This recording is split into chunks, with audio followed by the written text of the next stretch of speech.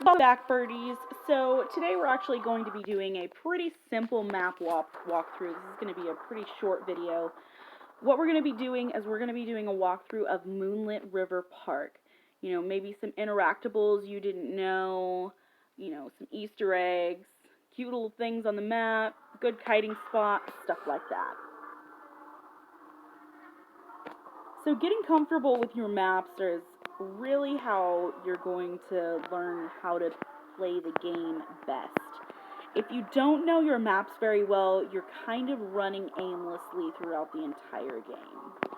We're actually going to start over here with my favorite little trap to set. Is this roller coaster here. This one's a good one. So I'm sure you've used the roller coaster at least once, but there's a good little trick to it that not everybody seems to know. So you want to get in the front here. You can press that button immediately and shoot way away from the hunter. Now, unfortunately, the hunter probably knows you're coming this way and is going to be walking that way as you kind of go through the thingy. But if you get out, immediately press this little light right here, get back in. As soon as that 20 seconds is up, you can continue.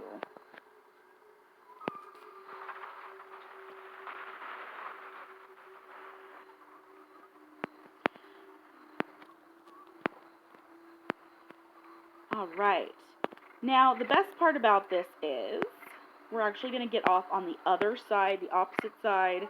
Oops.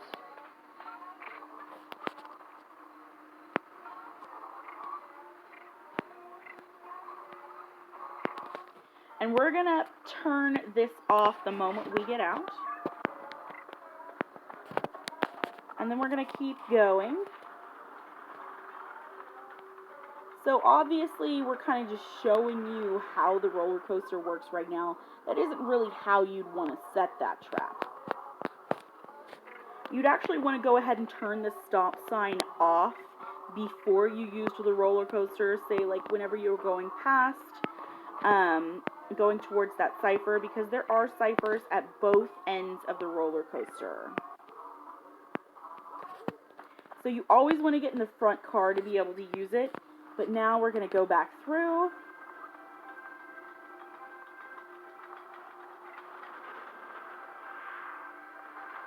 And instead of stopping at that middle platform, we are going to shoot back to the very beginning, literally on the opposite side of the map.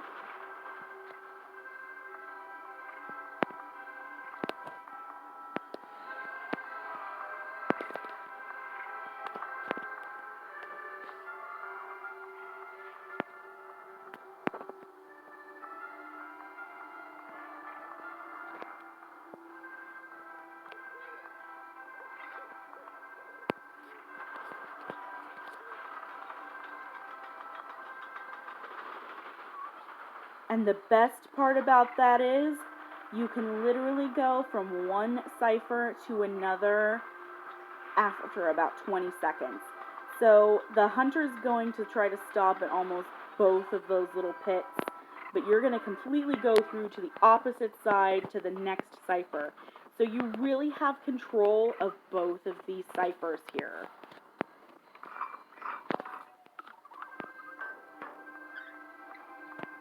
You know, the hunter starts coming your way, run across to the roller coaster, get in the first car, and go.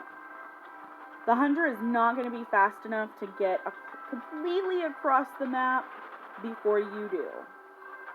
They're also going to assume that you're going to stop at one of these two, stops right here.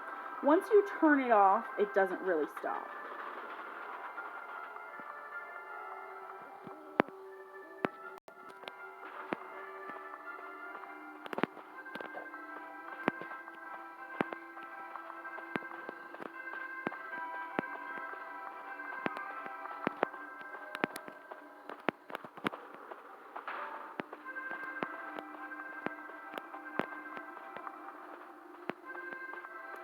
Now, usually there's a second cipher around here. It's a pretty common spawning spot for ciphers, but it still gets you completely across the map and very possibly defending 2 ciphers at one time. Like, this would be a very good defending spot for this cipher right here. You know, good kiting spots for this map are going to be like places like these boxes. So that's going to convince the hunter to follow you around the boxes. A lot of times, you are after me, aren't you?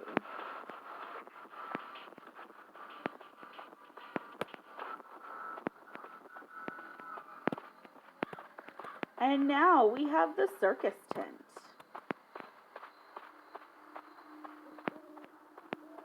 These are going to be good little kiting spots too. So what's going to happen, and we're going to show you a little more in depth of what I'm talking about here, is as the hunter's running this way, you can actually see their little red light from the opposite side. So I would be able to see his little light. Let's see, let me bring out my drawing tool here.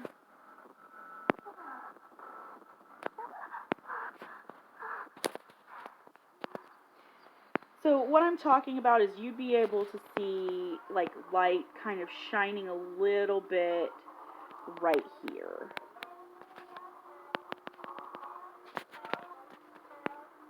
From the edges of the spot. Now, that you're going to be able to gauge which way the hunter is walking. So if they're going one way, you're going to want to go the opposite way. So the tent here, you know, this is less the tent and more the little circus house, I guess, is going to have the basement. Avoid the basement, of course.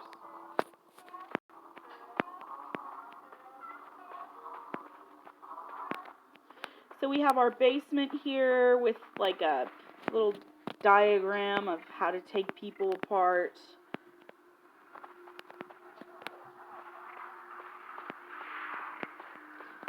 Yeah, I'm the only one left on the map, so this hunter is probably going to go after me.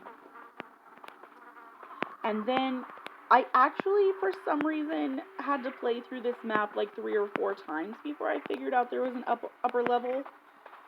That's a good spot when you first get out of the basement to try to run up those stairs and jump out this window. From there, you've got some really good kiting spots. A little churro stand. Probably not churros, but I wish it was churros. Another one of the little slides. This one actually goes 2 ways. So the hunter may or may not pick the correct direction.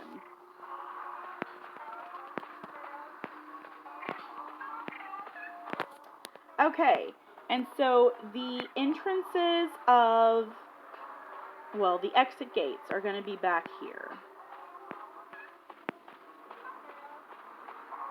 One next to this roller coaster.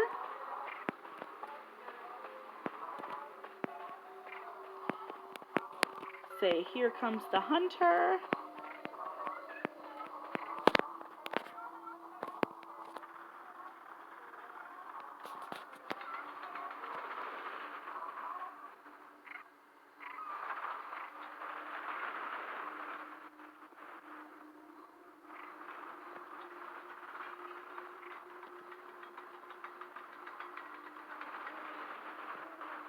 And our second exit gate.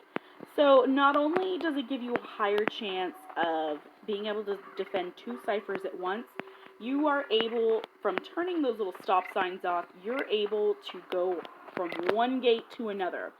So if your teammates manage to open the other gate and you don't have that gate open, bum rush that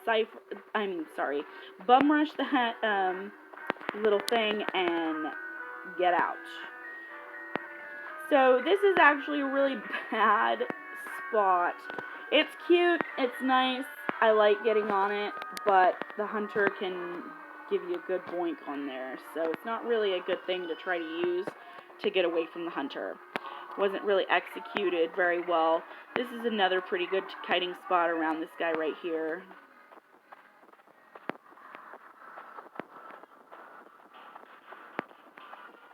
And out we go.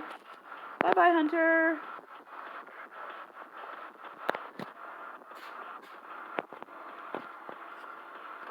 Alright, well, I do hope you enjoyed this map playthrough, and I hope that there was something in here that you may be able to use. I do encourage you to also go through your own map walkthroughs. The beginner bots, they're really going to give you enough time to do whatever it is you want to do. You want to look through the map, stuff like that. I always encourage, yeah, 0 kill. I always encourage, you know, utilizing that custom mode. So subscribe, like the video, more videos to come, including basically all of the survivors up until now's, you know, game guides. I guess I would call them character guides is what I'm looking for. Sometimes I can be stupid. Character guides, I'll be doing each one of those. I'm also going to be doing a character guide for each one of the hunters, as well as several survivor tips, several hunter tips, blackjack tips, 2 versus 8 tips, you name it. I'm probably going to make it, including some cannabis-based content later on once we have worked out, you know, the legalities and putting that together. We're actually going to be starting a cannabis-based podcast with, you know, specific strains that we may be using that day. We're also going to be doing really funny DIYs where we may be getting really baked and attempting Pinterest DIYs, DIY videos, stuff like that. So subscribe if that's something you may be interested in, and I do hope you enjoyed the video. Until next time.